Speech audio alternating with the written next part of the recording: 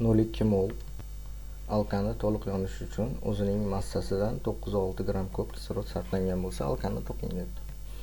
Alkan uning formulasi SN_H2n+2 formula bilan ifodalanadi. Yondirildi, hosil bo'ladi karbon tangdirid va suv. Reaksiyani tenglashtiramiz. Mana bu yerda n, bu yoqda n+1 kelsin, bu yoqda 1,5 n + 0,5. Xo'p, 1 mol alkanni yonish uchun qancha gram kislorod sarflanadi deb olsak, 32 ni 0,5 ko'paytirsak 48 n + 16 gram ekan. 0,2 mol uchun qanchaligini aniqlaymiz. Chiqadi bizda 0,2 ga ko'paytirsak 9,6 n + 3,2 gram kislorod sarflanar ekan.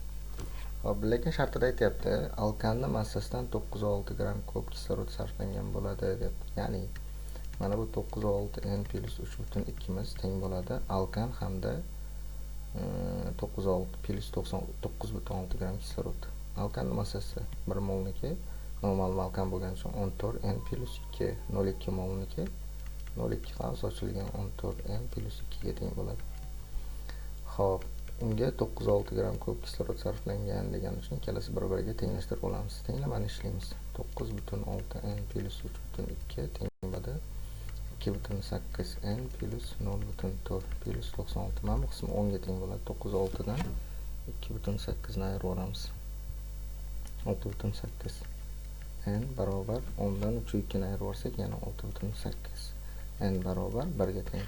Ya'ni alkanimiz metan ekan. Javobimiz A varianti.